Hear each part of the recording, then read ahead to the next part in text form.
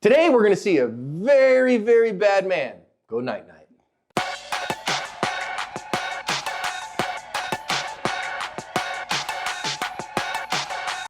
Hi everyone, welcome to today's badge cam lesson here at Active Self-Protection. Every single day of the year, we post a real-life use of force caught on camera and analyze it for lessons learned so that your training and practice can be more research-informed. I am your host, John Correa. I'm your co-host, Mike Williver. Today's video comes to us from the Los Angeles County Sheriff's Department. MagTech is the only freedom seed I use on the range. I personally have over 100,000 rounds downrange of MagTech, and it's unbelievably reliable, very accurate, and a great value. Pick some up for your next range trip wherever you shop for range supplies. The call has come in here for a domestic violence issue with shots fired and a couple pulled over on the side of the road having a domestic with guns involved and shots fired. This officer is our very first to respond, and you're going to see it go down in a hurry. Let's listen in to his badge cam. 10-3, give me the patch.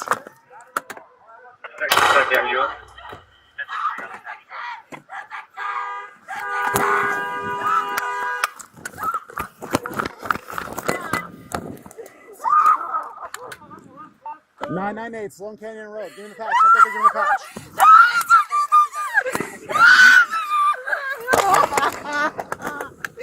Where's the gun?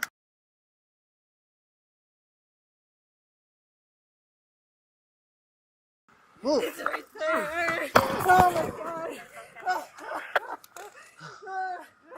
Sample units 998, Sloan Canyon Road, Parker Road. Let me get units code. Slowed down a little bit and zoomed in. You can see the guy point a gun at the cops, and then he is holding that gun to his wife.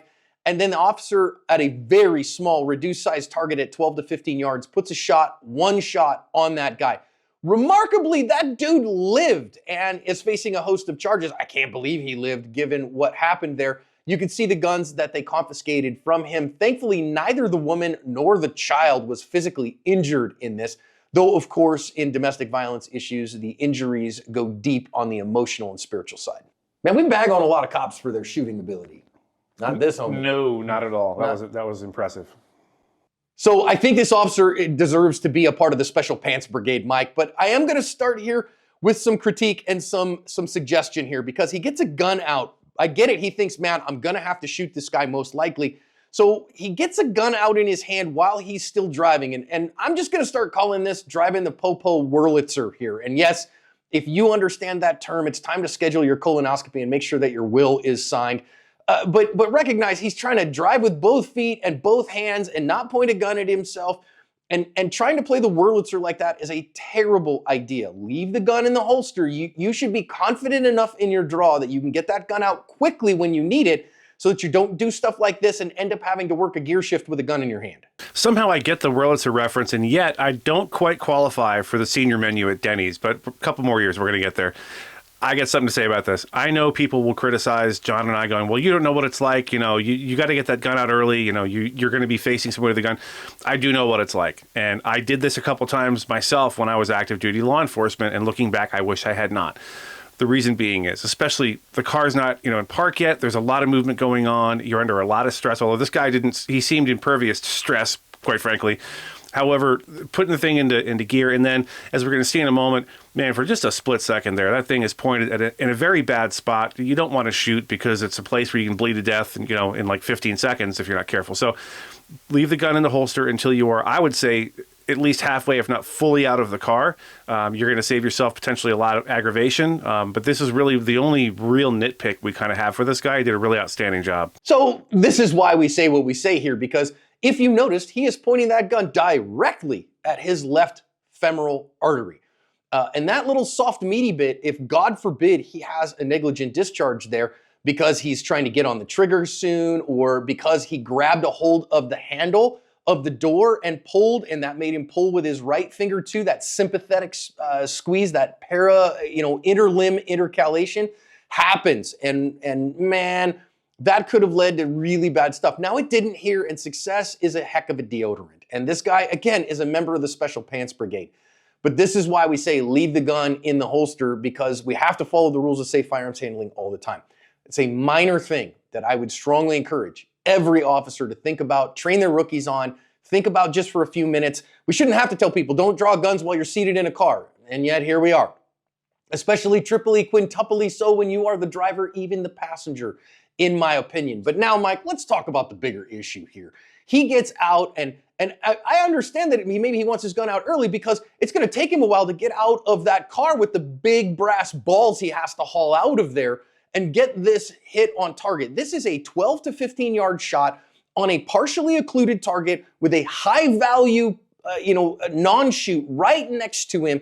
And he has to make one shot there. And yes, he has a pistol mounted optic on his pistol, and that's great, but an optic don't make for a good shooter. You gotta have grip, sights, trigger, breathing control, and mindset that I can make this hit and confidence to do it. This officer had all of that and a bag of chips and a side of toast, and I'm just super impressed with it. Yeah, I remarked to someone after I showed this to a bunch of people I know, other officers and family members who are interested in this sort of thing.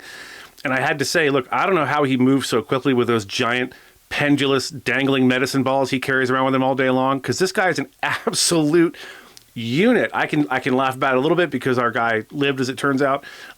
Absolute unit. This shot, the difficulty of this shot is so incredible that if you're not a shooter, it's very difficult to describe how hard this shot is.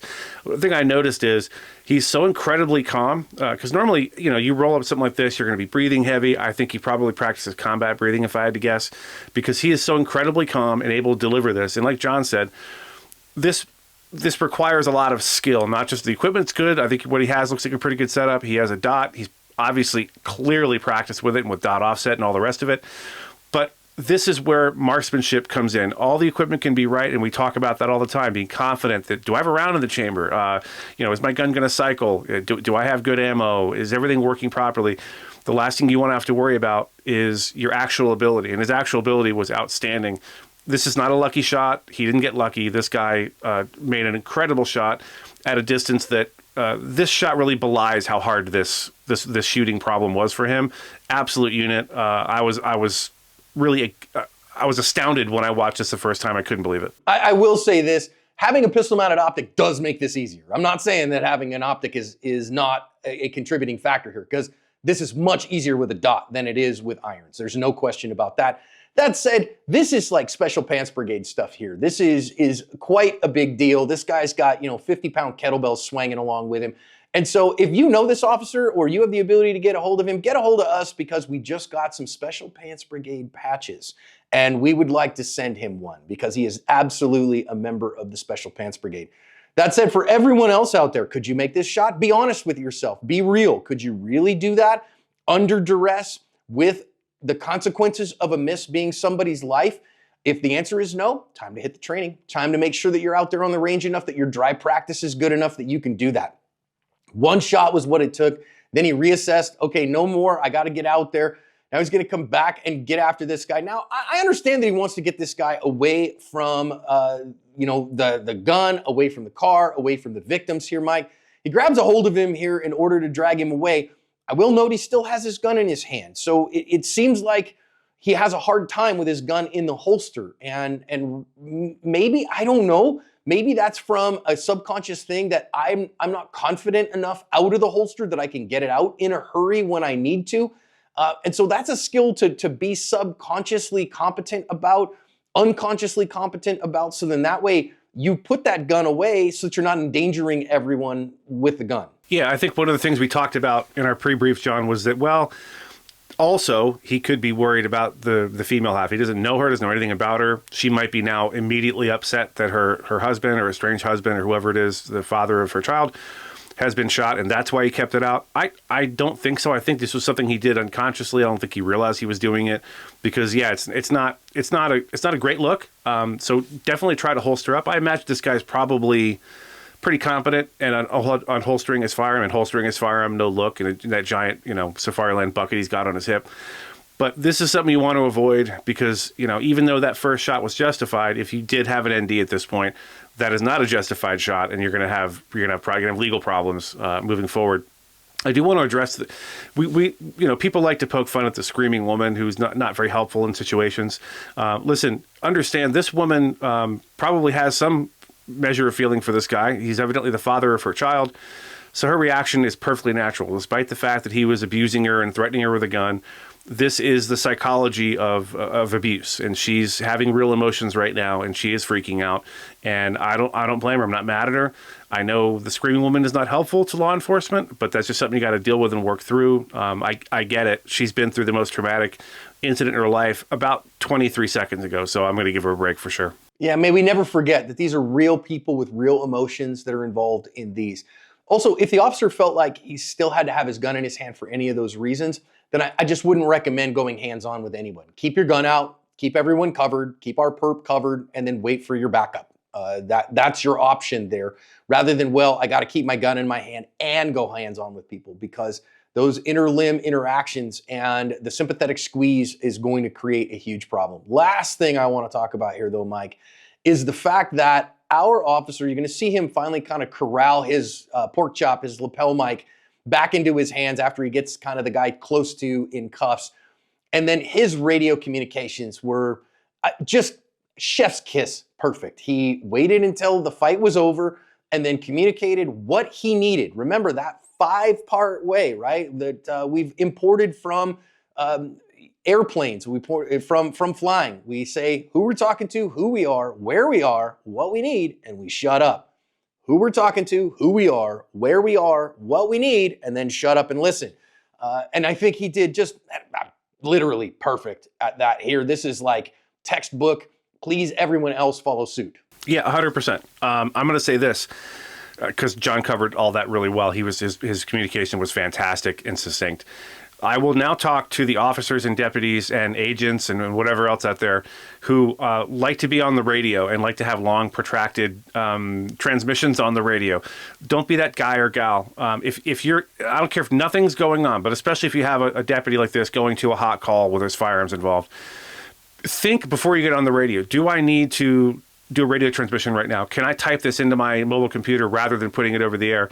Because what you don't know is there may be somebody out there who desperately needs to get on the radio and can't, because you're doing the old, 10 Mary 3, FYI, and be advised, I'm considering going to lunch. Nobody cares. You don't need to talk about that over the radio. Just make sure, collect your thoughts before you hit the push to talk button, and then get whatever it is out you need to get out. Fortunately, that wasn't happening here, and this officer was able to get on there. And really, I think this whole thing should be studied by academy classes moving forward. That's what a fine job he did. We like to say at the end of the day around here. So at the end of the day, this deputy should be, not only is he the new at least sergeant of the Special Pants Brigade, he is an example to other deputies. This guy should be absolutely lauded for his actions, for his quick thinking. And moreover, he should be someone these other deputies look up to. This thing should be studied at length in the academy so that everyone can better cover their asp.